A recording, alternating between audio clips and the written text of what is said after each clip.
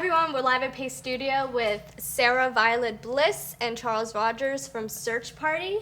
Hey guys, how's it going? Hey, good. Good?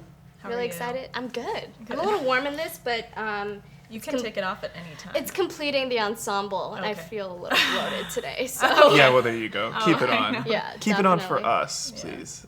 I will. Always for you guys. So I just want to go ahead and get, what is Search Party? Search Party is a multi-platform. Search Party is, first of all, it's on TBS. Yes, it's on TBS. We're the It's a creators TV of it. show. It's a TV show, and it's a mystery comedy. It's gonna be in its second season soon, and the first season was about a group of friends who come together to find their missing friend from college, and it's sort of like a dark mystery comedy that had a very ironic twist at the end. And the second season sort of deals with that twist. Yeah. Got it. Really keeping it vague. Yeah. So if you like dealing with twists, Spoilers. Twists and group of friends. Yes. Yeah, I watched the show in one sitting. The episodes were so quick and they moved so quickly. The writing was so funny and sharp. I wanted to know what it was like collaborating on that story and what made you guys want to collaborate on a TV show, because I know you guys have worked together on a film before. Just tell me a little bit about that experience. Well, we went to NYU film school together, and we were just talking about a idea that we wanted to make. I'm gonna make a really long story short. You can make it as long as you want. So we were. it caps at 20 minutes. Yeah. Right. Brad told us. So we were talking about ideas about stuff that maybe we wanted to work together. We're just sort of spitballing. And we were gonna do this web series, and one of the episodes was about two girls who go to Fort Tilden, and then instead of we just kept talking about that one episode, and then we're like, you know what, this could actually just be a movie, and that's what we really want to do. Let's make a movie. Mm-hmm. So we made a movie. It was easy. And it was easy. It was just like that. It came out, and from there we. After we made the movie, people were interested in what we wanted to do next, and we had just always been TV, that we just really want to do TV. And then we paired up with Michael Showalter, who was our professor at NYU, and he wanted to work with us on our show. And we thought about it. Yeah. Is that okay? We're like, Weighing the pros and cons. Yeah. We looked him up, and he said it was all right. And then he hooked us up with Jax Media, and together we came up with the idea that it would be this mystery comedy thing that was sort of in the same voice as Fort Tilden, but more elevated and had this genre element to it. And really just that day that we started talking about our web series idea that in the same day became the movie was when we started working together. We hadn't discussed working together before then, and now we work together every day of our lives. Yeah. God is tricky. Yeah. God is You never know. You never know what he wants. Stuff's cooking. Stuff is cooking. So, tell me about the first time that you guys met. Well, we both have different. We hated each so other. we- You guys hated each other. It was so at NYU, on the first day, everybody just meets, and it's a very a pressure. It's a social pressure day, and you have all these ideas about people, and then over time you're like, oh, that wasn't who they were at all. Yeah. And then, but you remember me. I remember Charles. I don't remember you. She It's doesn't. so, She doesn't. He doesn't remember me. This is good. I like where this is going. I'm not she yet. I know. I feel like we approached that orientation day very differently, whereas I was and quiet and just watched everyone, and he was gregarious. Anyway, I was observing. Yeah. No, I'm embarrassed. I think about that week a lot, and I was like, calm down. It just is So you kind of were like the John Early character on Search Party. Yeah, a little bit. Yeah, a lot. It was a lot. Yeah. Not a little bit, a lot. It was a lot. Nice. I literally said, I want to be everyone's best friend. I stood up and said that in front of the class. Yeah, little did I know. That was when they asked those annoying questions where they're like, what's something we don't know about you? And I was like, oh God. And mine was, I pitch righty and bat lefty. Anyway. Wow. Very edgy. I don't do any of that anymore. Right. So I remember I was watching Charles talking to another classmate, and I thought that classmate was hitting on Charles and that Charles didn't know it. And that's my first memory of... Did you tell It's Charles? possible. Not until much later. Yeah. Oh, okay. Yeah. The plot thickens. This person, who knows though? This person, who knows where he lands Yeah. on the spectrum? Okay. But I now, in retrospect, I'm like, oh, maybe Charles did know it. That's what I was just at like the on time, I thought autopilot. he didn't know. Like, I was like, that guy is hitting on that guy, and that guy has no idea. Like my intuition, Yeah.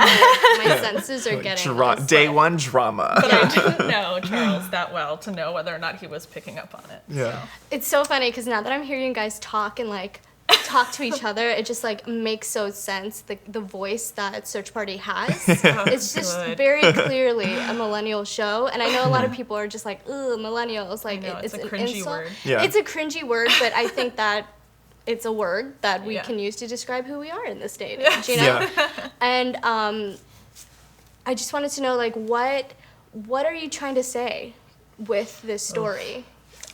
I think we're trying to say a lot of this. So hard to be asked that question. I'd be like, serious now. Yeah. But it's true. It's profound. I think we're trying to say a lot of things. I think that the first season, the thing that we got really excited about was that this, and without giving too much away if you haven't seen the first season, You guys should all see the first season. it's imperative. And we're talking to you in today. Everybody's stuck in traffic, just stream Yeah, it. go to tbs.com. Yeah. I think like what we were really excited about was the idea that everything that Dory, that Alia Shawkat's character, thought about and was like building in her mind as she was sleuthing to find her missing friend and thinking it was like this really dark, dangerous plot. That whatever she thought wasn't necessarily the truth, and that the truth was something really sobering about life, and that it was like a big message about the meaning of life. And so the journey of the first season to us is like this kind of like existential thing about how you can really like you end up projecting whatever meaning you want onto life. And in the end of the day, like the fact that there is no meaning is disappointing and beautiful. Yeah. So And somebody ends up dead. and what? And somebody ends up dead. Yes, because that's also true of life. Got it. So you That's true just, of your next chapter Yeah. of life. If you don't kill someone in your life, you'll die anyway. So death You'll is never always go a part of forward it. unless somebody dies. It's the only way to break through. Yeah, to a friend grow. of mine told me about Search Party before I started watching it, and she's like, if you love true crime documentaries, if you love true crime, you're gonna love Search Party. And like I get it, because there's so many aspects of the show that are so frightening. You know, just like the sound effects and you know, the fact that these characters are so like self-absorbed with their own shit, you know, and their own like life circumstances that mean nothing. Yeah. It's actually kind of terrifying. Like it made me think about it. I was like, I need to get off my phone. Yeah. Yeah. I need to stop Yeah. tweeting. Yeah. You know? Yeah. There's a lot of nothing Did you? happening all the time. Did it work? sucks. Did you stop tweeting? Not at all. Okay. Not at all. I did take Facebook off my phone at the advice of my boyfriend, but I ended up going past my data limit on my browser. Oh no. Oh. Well, at least you have that. I know. It's a I good added double it limit. back. I was like, I can't. No, I went past it, so Oh, so it doesn't even matter. You're just going into debt. I had no self-restraint. Yeah. with that. I was wondering if, you know, because the casting for this show is so perfect. Like it just seems like these characters were written for these actors, like for John Reynolds and John Early and Alia Shawkat.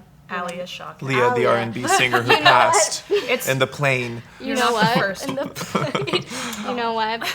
We're gonna move past this moment where I just messed that up. It's okay. And can you just tell me if you were like how involved were you in the casting process? Did you have these actors in mind? Yeah, well, we had worked with John Early before, and we always had him in mind for Elliot, and we're like, please do it.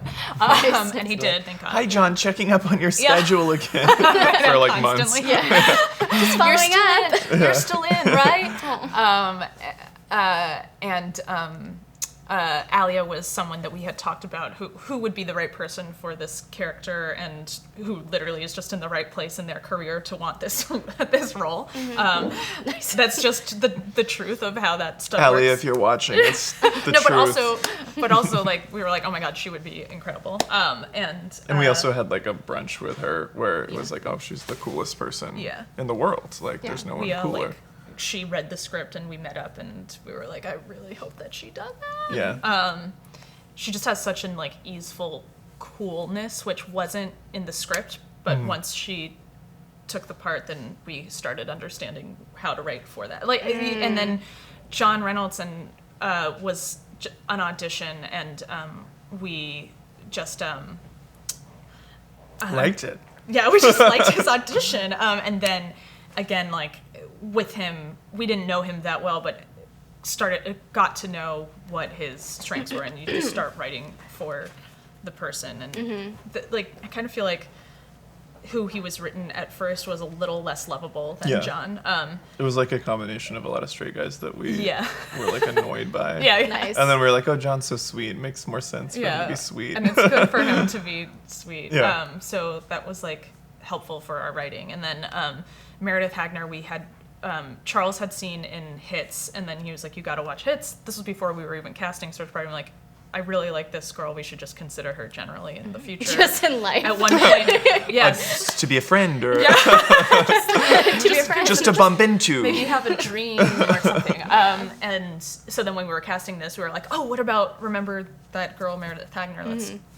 Let's have her audition, and that's that. And then again, just writing for their strengths, and they all work together so well, which is magic, and not something that we have any control over. It's just that they do all get along really well and know how to work with each other and talk to each other on this, like, both on and off set. On and off.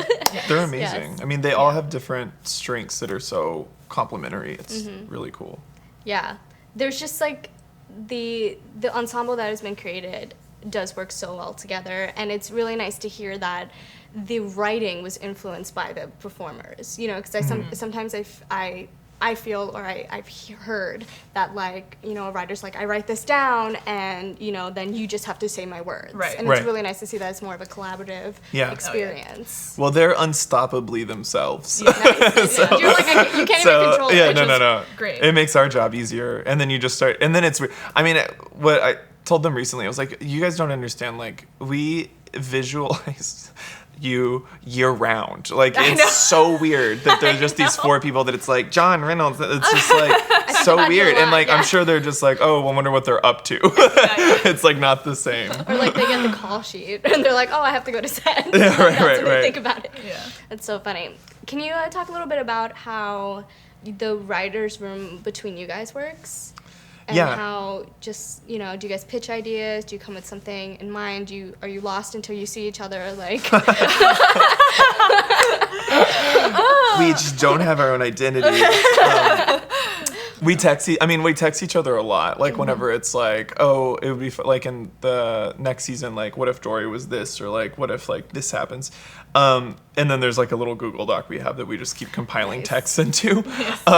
But generally, like, the writer's room, there's like a number of writers in the room, and we throw up a ton of ideas, and it's just about like, it's a lot, especially this season was a lot because every character's storyline really deepens this season, and everyone really gets a moment to explore something that was introduced in the first season, but now it's like, now let's take it a step farther and let's understand them a little bit more. And then on top of that, there's also like, they killed someone and like, they're covering it up, and there's just like the plot stuff that drives the show forward. And so it's just like a lot of like crisscrossing needs that the story has, which is super overwhelming. And then like the writers throw up a lot of stuff, and then we go into outline, and then we go into script, and then we revise forever. Yes. But throughout the heart of it, like, there's so many voices, and the tone is really the result of voices and contributions and sensibilities. But then, like, the through line is the fact that we're always just hanging onto the edge of a cliff together, like, like doing it. Yeah. I feel like there's also like long days of passionate existential discussion. Yeah. Hopefully you at least feel it. I know. Like between the lines. We're like, because what the show ultimately is about then is this, and if it's about that, then I don't want that. between the two. Well, all of it. Like, I mean, the creators. So. Yeah. Yeah. Yeah, it's so lame. So Just in a shitty room, like in Burbank. Oh my gosh. Do you so what do you guys use to It's not a shitty room. Somebody saw that. Somebody's offended right now and commenting saying Thank you they're for it. offended. Thank you for that room. Every room is shitty in a way. Thank you for the whiteboard. So what do you guys use to inspire the creative juices to flow? Oh my god, so much. When you said true crime, I was like, Dateline. I watch so much Dateline. Yes. But that's not like that's just That's not the only thing. Yeah, that's just the like trashy part of it. Yeah. But also just like living life and our friends and the way the world turns. Yeah. Just like drawing from everywhere, from your own self-hating thoughts to other people's self-hating thoughts and their behaviors, and like I'm endlessly fascinated by like character people who show up in Dateline who are sociopaths or that like have this ability to like at all costs just like not at all costs deny who they are, and that's really interesting to me. Yeah, that is really interesting. I find like I read the most horrifying stories on a daily basis. Like I look up like I Google serial killer. Yeah. Just to see. Yeah. Well, Like, what does it say? I have a Google. I mean, this is embarrassing, but I have a Google alert for my name, and it's only serial killers. Really? Or Really? like, A football player also. Football player. Yeah. Football player. He's a little out of the news. Thank you, finally. But it's just like torturous things happening to Charles Rogers all over the world. What is something that's been happening to Charles Rogers? Well, for one, a veteran died recently after issuing a statement saying that he felt that we were back in the Cold War. Oh wow. Yeah, and then there was a serial killer. It doesn't matter. We I don't really need to would like about to know about this serial killer. There was a serial killer who is a suspect for the JFK assassination named Charles Rogers. I think he's dead, but that comes up on my Google alert That's a lot. exciting. I'm gonna go with that. But I think like we're very interested in like extremes, and like that's the extremes of like behavior and just like things that happen on a daily basis that are like small interactions that go way too far and like show how the battle everyone has is like a crazy different battle internally. Yeah. There's just a bunch of nutty people that I mean like we always get people are always like, you guys like know the worst people. I'm like, you know them, you interact with them every day. There's always like You're just not clocking it or something. Some person in line at the grocery store who is acting absurd, but to them it's not absurd, but they have this entitlement that's really, if you're just paying attention to it, kind of deep. Yeah. Yeah. Yeah, and is that something that you think you're trying to just like shed a light on through Search Party and through like your storytelling in general, that people are just terrible? I don't want to say like terrible, but there are just the way that people protect themselves and put up their boundaries. Everyone has a different way of doing that, and a lot. I think the terrible behavior mostly comes from self-preservation. So like it's understandable, but then it's also inconvenient for everyone else, and like not. It's kind of selfish. Yeah, it's selfish. Yeah. Everyone's most selfish. people are very selfish. There's something wrong with you if you're not. Like Yeah. you don't have a survival instinct in place if you're not.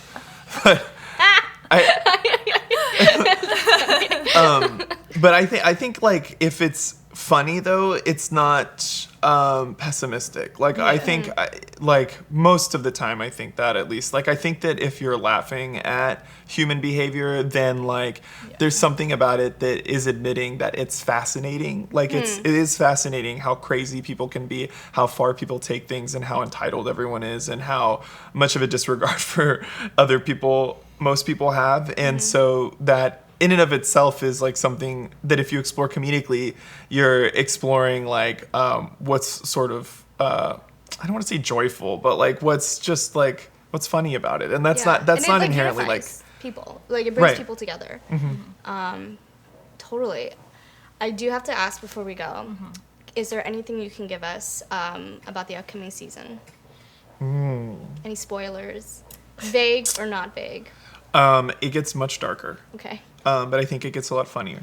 There's more sex. There's more sex, more successful sex More sex. than the first Sex. season. Yeah. Not that much sex. Don't get There's- excited. It's only There's sex. 4 anyway, I think like what's a good spoiler that we could give? I guess just that you really want to know if they're going to get away with it, and I think that you'll struggle with whether or not you want them to, and that's a little bit at the heart of this season. Wow. I can't because I can't wait to watch it. Yay. Guys. Thank you guys so much for coming out. Thank you for having Thank you us. for having This is us. nice. Yes, Search Party Season 2 airs on November 18th, so guys, check it out. It's on TBS. Yes.